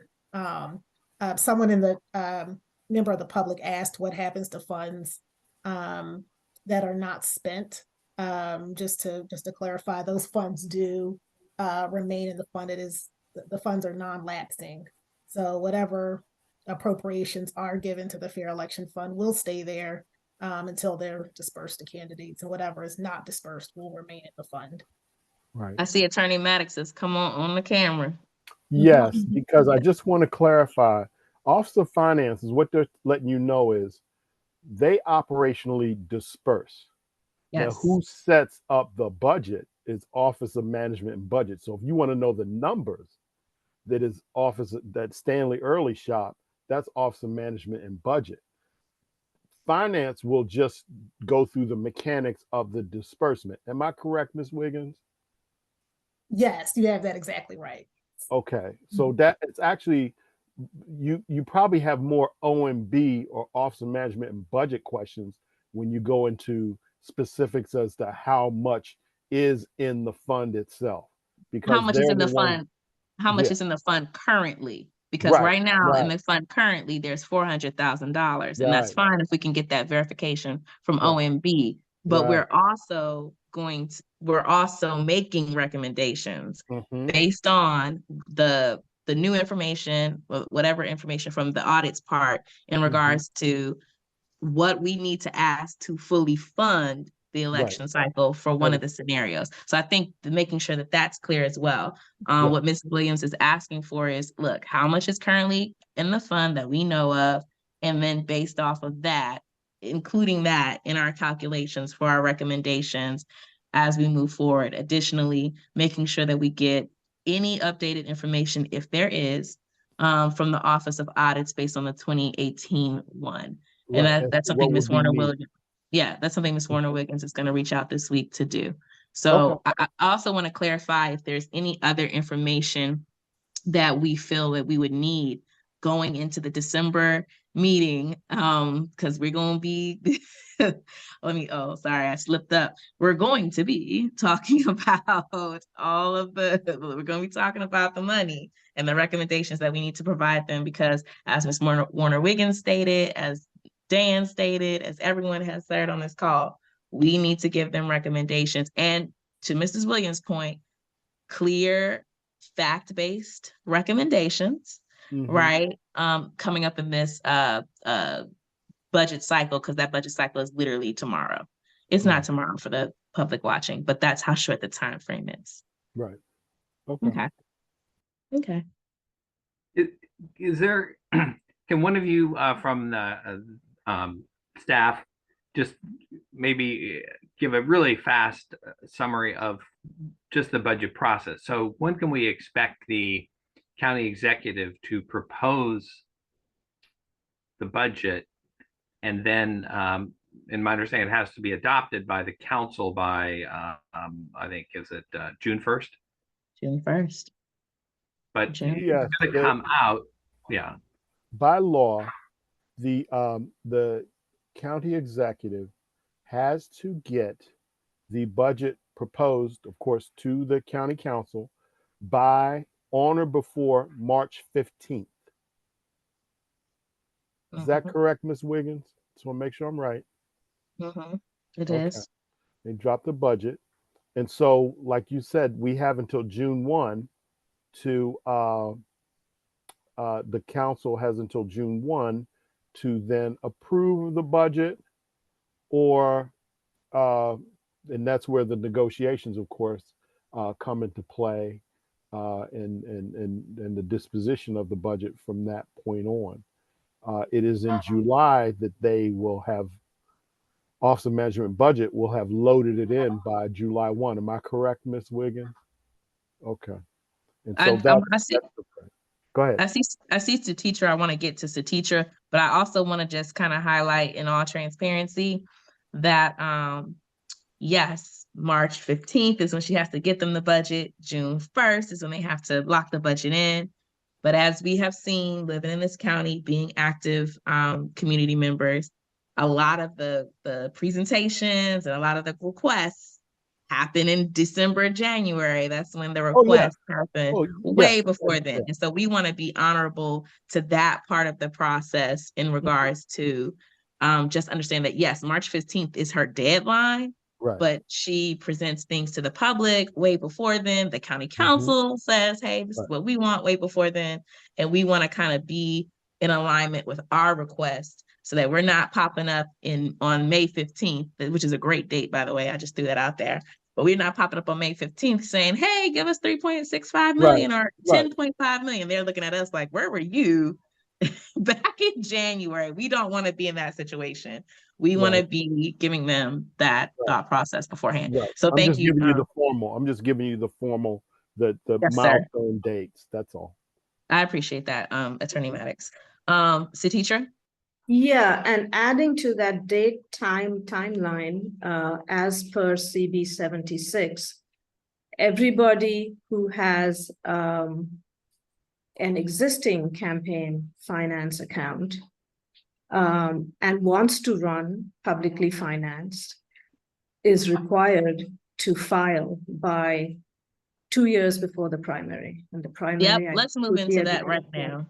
Yeah, let's move into that Yeah. right now. So go ahead So and that's, yeah, so that change was made in CB 76 from CB 99, and it has several requirements. And one of them is that if you had an open campaign account in the in this cycle, so if you ran, I guess you only have a campaign account if you ran. I don't know, maybe you can open a campaign account and not run, but you should at least declare you want to run for something, right? And you have reports filed. And so if you have that, and if you want to run publicly financed, there's a limit to how much you could have spent in the first 2 years, which is starting from January 1, 23 to December of 24. There's a limit on how much you could have spent or you could have acquired in that campaign account. And further, you have to file by 2 years prior to the primary, which would be end of June, I think, of 2024.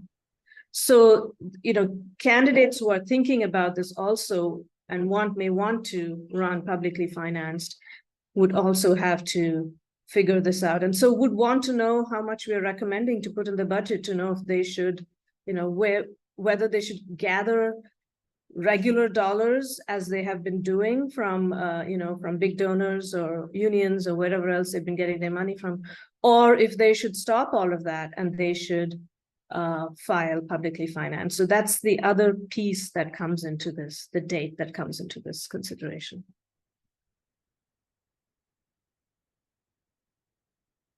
Since you brought that up, let's kind of move into that point of discussion. I'm always a fan of making sure that we honor people's time.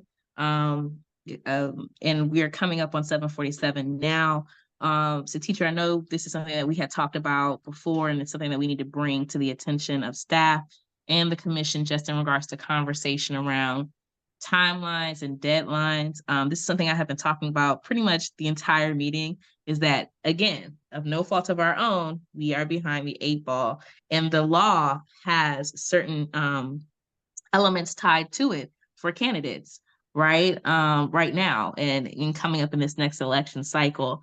And then we just need to understand, or I guess kind of see what our responsibility is, or what the responsibility is in regards to informing those candidates. So teacher, did you want to lean into that? Sure. So I shared the highlighted portion of draft 2 of CB 76 with folks on the Fair Elections Commission. I think I put it in the shared folder as well. So this refers to pages 4 and 5 in CB 76, where it talks specifically about applicant candidates, which means you are applying for public financing and you want to run a publicly financed race. So that's the applicant candidate. So if an applicant candidate has a campaign finance entity, which obviously they would have if they tried to run the previous cycle or any cycle before, then if you have not received any contributions or made any expenditures in the current election cycle, which began January 1 of 2023, you're all fine.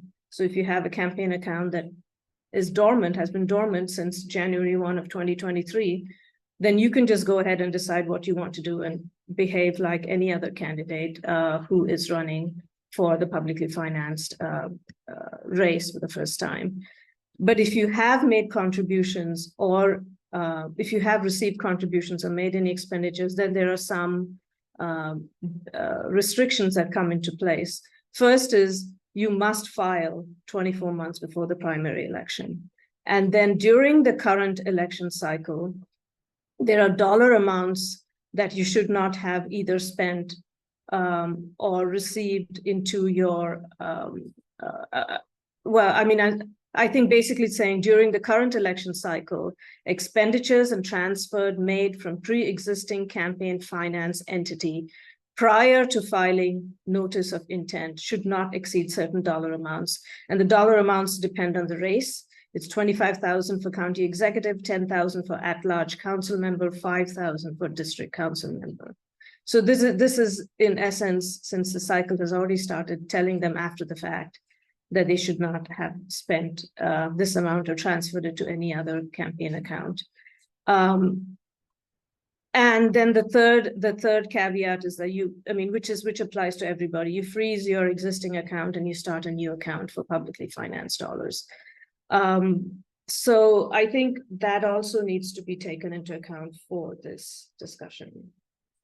Best if you read through the language rather than my chanting it out here, because it's sort of, all these complicated ands, but just take a look at the bottom of page 4 and the start of page 5 in the document that was circulated. Mr. Maddox, I think our question in this capacity is what is the responsibility of the commission in regards to these caveats? And then also, I guess, what is the responsibility in regards to this law in relation to informing candidates? Because I'm listening. Go ahead. Oh no, my child is just leaning over. I want a meeting. Okay. Anywho, now she said, "Why are you?" Yeah, if I could just add to that question, Jana, I think. Yeah. Whose job would it be to inform, since this bill passed yesterday, and I presume it will be signed by the executive and enrolled, but whose job is it to inform current folks who have open campaign finance accounts that this is in place? Yeah, I think that was my question. Like, who's supposed to tell them that? Because they need to know immediately, essentially. And then also it needs to be disseminated to the public at large anyway.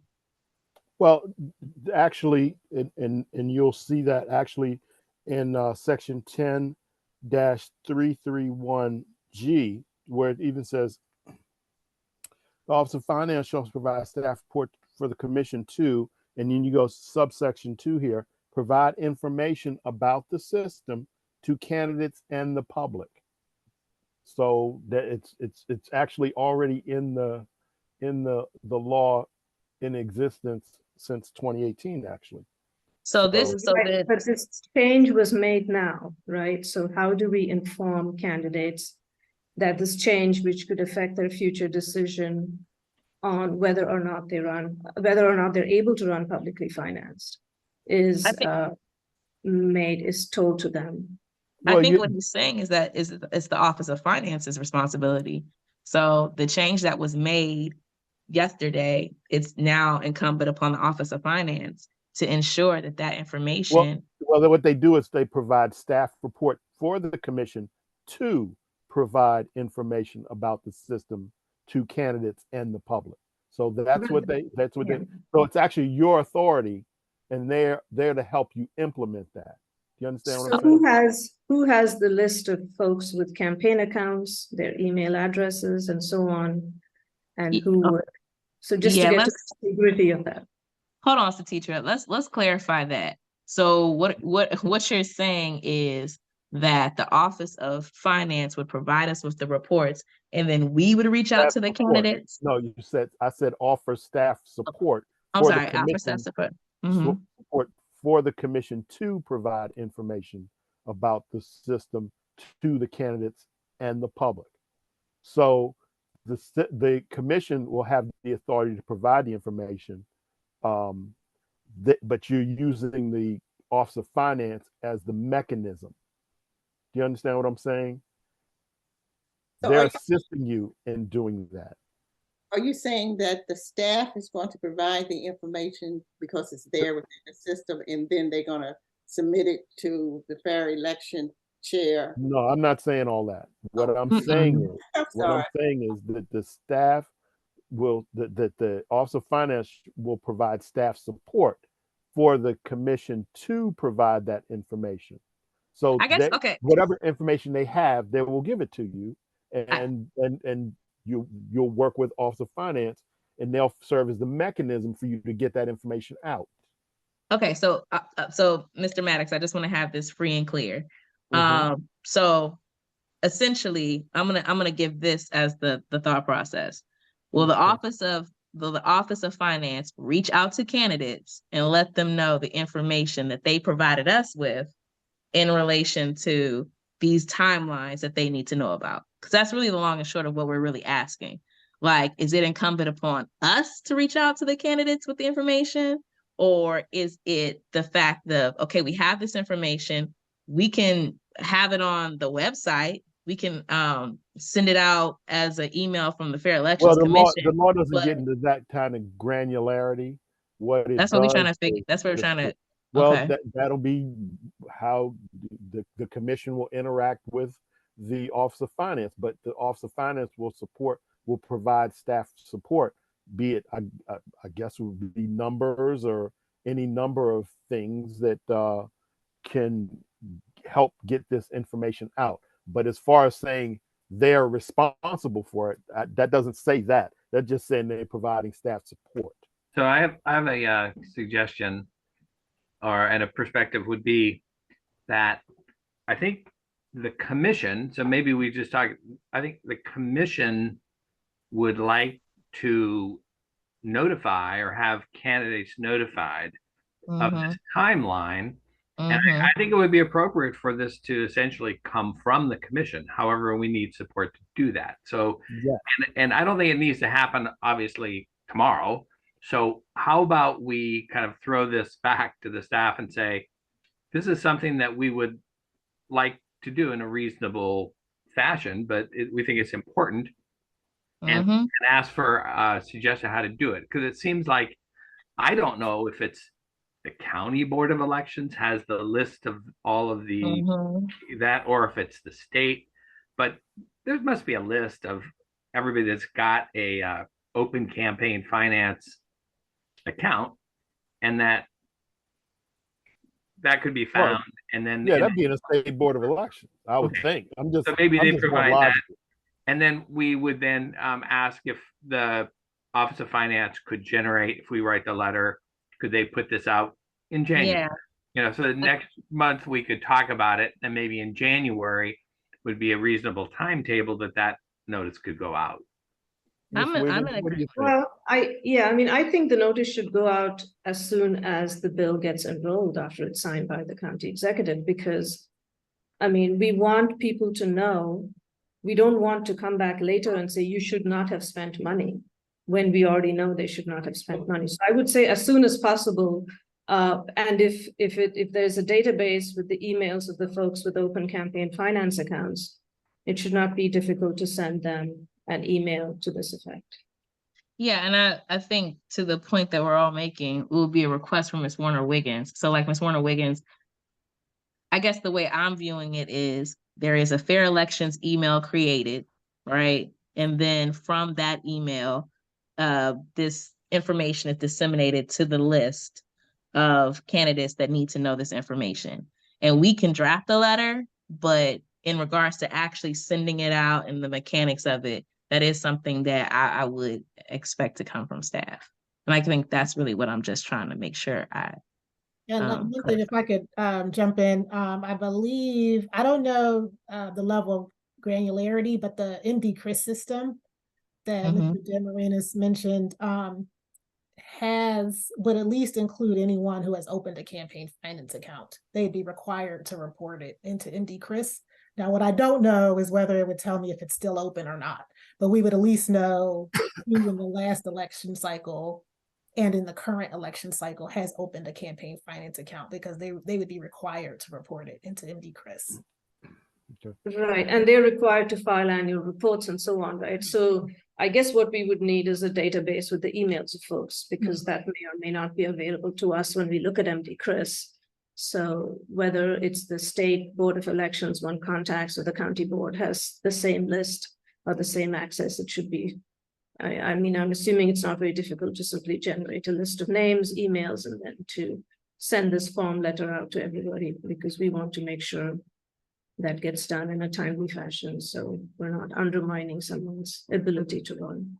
And then I'm just looking at the section 10.331G, which talks about staff. And it says the Office of Finance Finance shall provide staff support for the commission to do the following: work with the State Board of Election to administer the system and provide information about this system to the candidates and to the public. Yeah, Clearly that's correct. identifies that. Mm-hmm. And that, yeah, and I think we're all saying the same thing different ways, which oftentimes happens in these conversations. So I think we have agreed that staff that will generate the letter. That's fine, and we could talk about it, and we as a commission can have a consensus on the letter that's going out. But staff, in regards to the technical capacity, can create an email and send that email out to all the candidates. Additionally, Ms. Warner-Wiggins, and I want to just highlight, and we're at 8 o'clock. I just want to highlight, I want to tell her a thank you, because I know that she's already talked about the limited capacity that she has to do this, but she's still helping our commission as much as she can. We're supposed to have a website in regards to our particular fair elections. So this information can go on that website as well. So we would have the information on the website. We would post it on those links that she has sent us in the email. We should post this information there. And then we should also send the letter out, to Satitira's point, honestly, as soon as possible. We already know the dates. We already know like the legislation around that. So we should, try to draft it and send it out as soon as possible. And I want to say that we are at 8:01, and I want to be respectful of the commission's time as well as the staff's time. So if you guys have any more questions within the next 5 to 7 minutes, if we could wrap that up so that we can let them go. I just want to let the commissioners know that I am working with our Office of Information Technology to get a dedicated fair election fund website. Right now, the information is posted on Finance's website. So just the meeting agenda, for instance, and the registration information for these meetings is there now, but I am hoping to have a separate website where, as Ms. Parker mentioned, we would be able to post not only meeting information, including these videos of each meeting, but also just general information about the program. I also want to mention that I've been working on a draft version of the summary guide that Mr. Demarinis mentioned each county would have.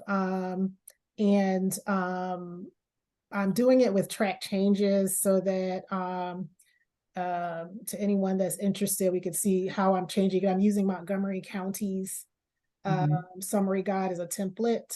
So you can see where potentially where differences are if you care to view it with track changes. One thing I want to say you might want to consider discussing at your next meeting is we do not have specified in the legislation a deadline for filing the notice of intent. So that might be something to consider as well, sooner rather than later. So Montgomery County's deadline to file that notice of intent is April 15th, prior to the primary election. Howard County has it designated as the same date, the same deadline to file, to run for elected office, which is it's specified as something like the last Tuesday in February. Let me see. The last Tuesday in February in the year in which the primary election is held. So that's the deadline to file for candidacy. That is also Howard County's deadline to file the notice of intent. So another point the commission may want to consider is establishing an official deadline to file the notice of intent, because that is not specified in the legislation. Okay, let's make sure that that's on the agenda as well. Satitra?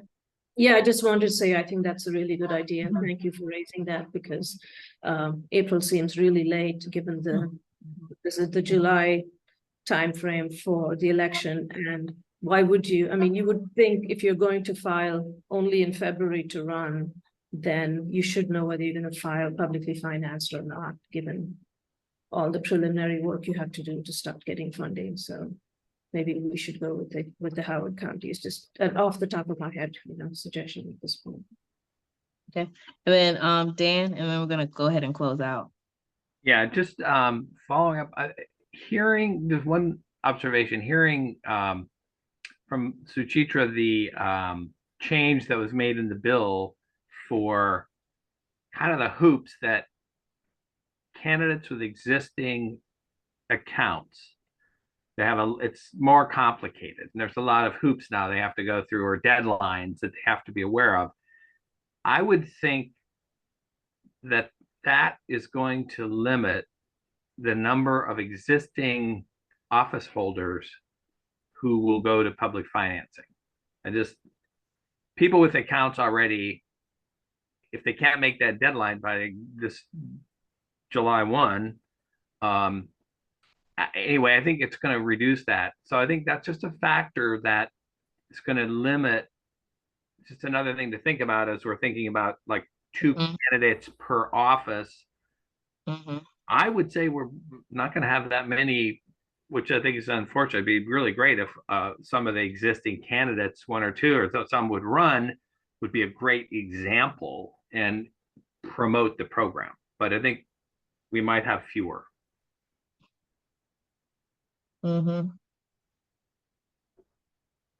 Yeah, we don't know where to go and whether current candidates actually intend to run publicly financed, or if they've already had a lot of fundraisers and raised a lot of money, they never really intended to run publicly financed, because this legislation has been in the books for a long time, and you have to freeze your existing account in order to run publicly financed. So if they were existing candidates who are currently in office, who intended to run publicly financed, they probably, would be thinking about going that route. Yeah, I mean, I agree. It could limit the number of existing candidates who run, but maybe they weren't intending to run publicly financed anyway. So we don't know, right? We can't make that determination. Yeah, and like I said, let's have that on the agenda for next week to talk about a little bit more. Oh, I'm sorry, next week. Next month, y'all, everything's blending together. But no, so I just want to go ahead and close out. First of all, thank you all commissioners for coming on. Thank you, Dan, as a teacher, for all the information that you provided. Thank you, Ms. Williams, for all your pointed questions. We appreciate you. And yes, ma'am. Thank you. We appreciate you as well. Thank you to the staff. Always thank you to the staff. I'm trying to get y'all out of here at 8. We'll see if we can do that next month.